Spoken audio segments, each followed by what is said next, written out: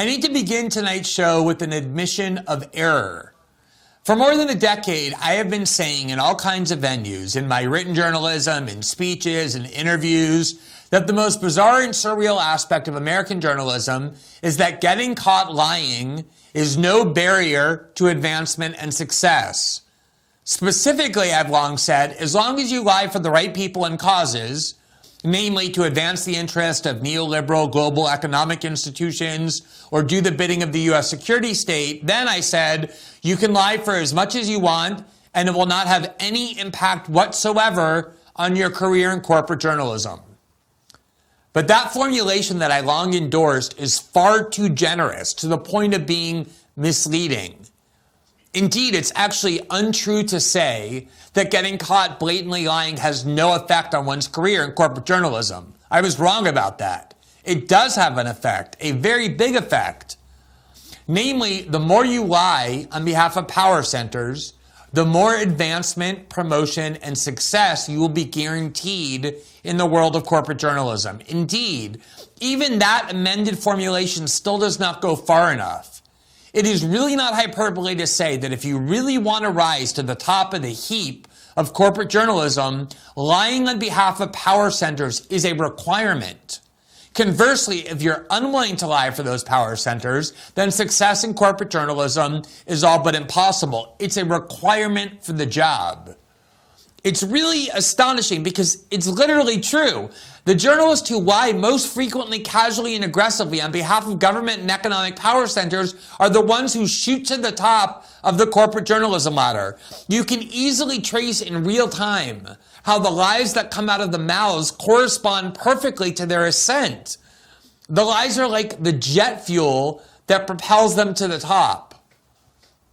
Polling demonstrates that the decision to invade Iraq in 2003 is regarded as one of the worst American foreign policy decisions in recent history. And for so many people, including myself, who at the time was still working as a lawyer, not yet a journalist, it was a road to Damascus moment when it came to the systemic failure of the American media. Such an inescapable and eye-opening lesson about how the media outlets we were all trained to trust were, in fact, willing to spread the most unreliable propaganda about the most consequential questions.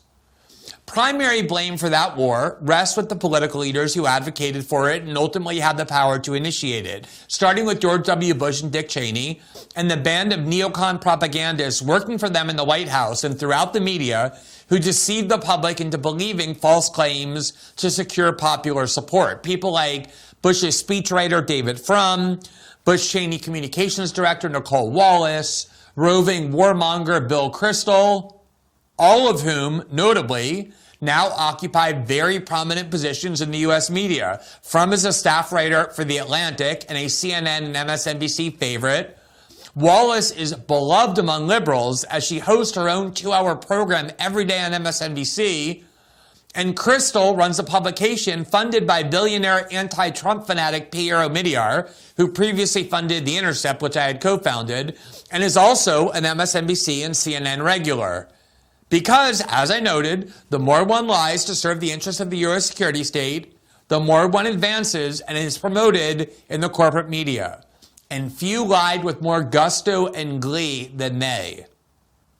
But the invasion of Iraq and the falsehoods on which it was based was not so much sold to the public by any specific individuals as it was by media corporations.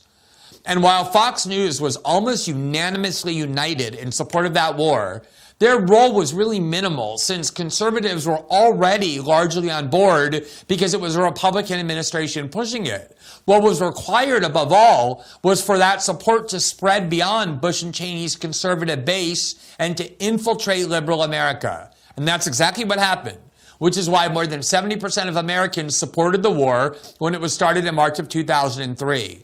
And half of the Senate Democratic caucus, including Joe Biden, John Kerry, and Hillary Clinton, were vocal advocates for the Bush administration's claims and voted in the Senate to give George Bush the authority to invade Iraq.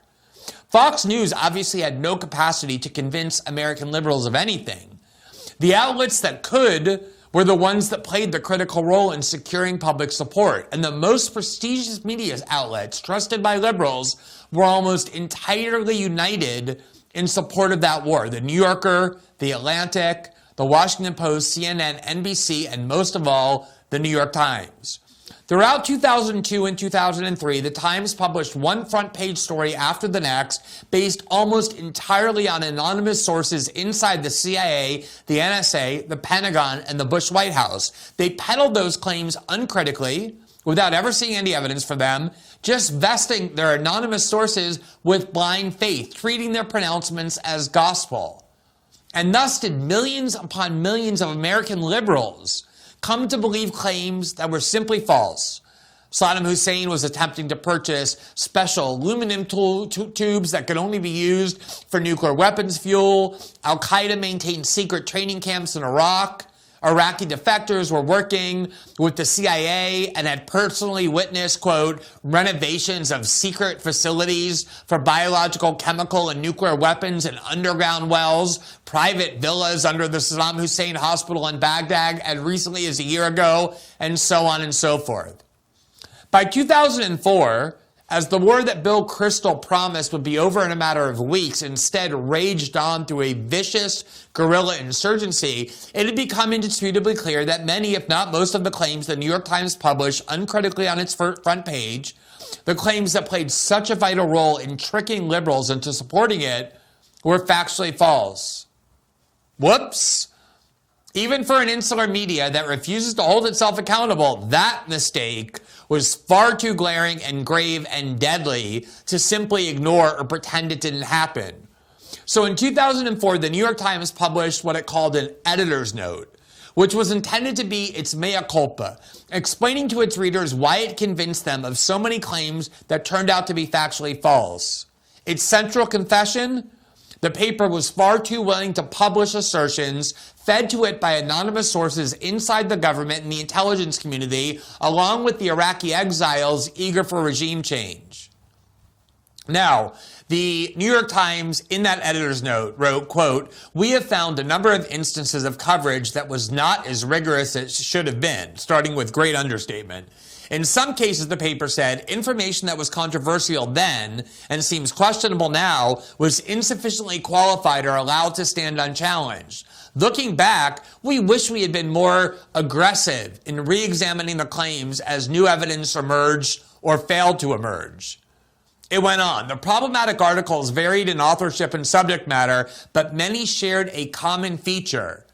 Complicating matters for journalists, the accounts of these exiles were often eagerly confirmed by United States officials convinced of the need to intervene in Iraq. Administration officials now acknowledge that they sometimes fell for misinformation from these exile sources. So did many media organizations, in particular this one.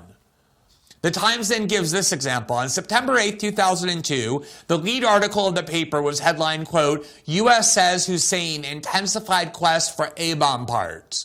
That report concerned the aluminum tubes that the administration advertised insistently as components for the manufacture of nuclear weapons fuel. The claim came not from defectors, but from the best American intelligence sources available at the time. Still, it should have been presented more cautiously. Implicit in all of these admissions of guilt, which were really, when you look back, extremely diluted and understatement, implicit was the vow by the New York Times and then other corporate outlets that followed suit to be far more skeptical in the future of unverified claims fed to them by the U.S. intelligence community and the White House, and to be far less willing to grant such officials anonymity to do nothing other than disseminate unverified claims to the public laundered through these newspapers.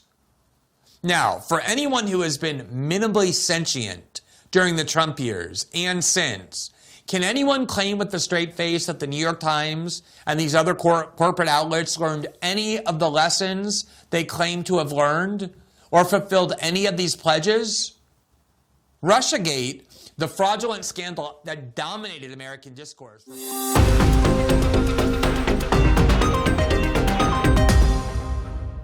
Thanks for watching this clip from System Update. Catch our full shows for free, live weekdays at 7 p.m. Eastern on Rumble, and join our locals community at greenwald.locals.com for all of my written journalism, exclusive after-show Q&As, and more.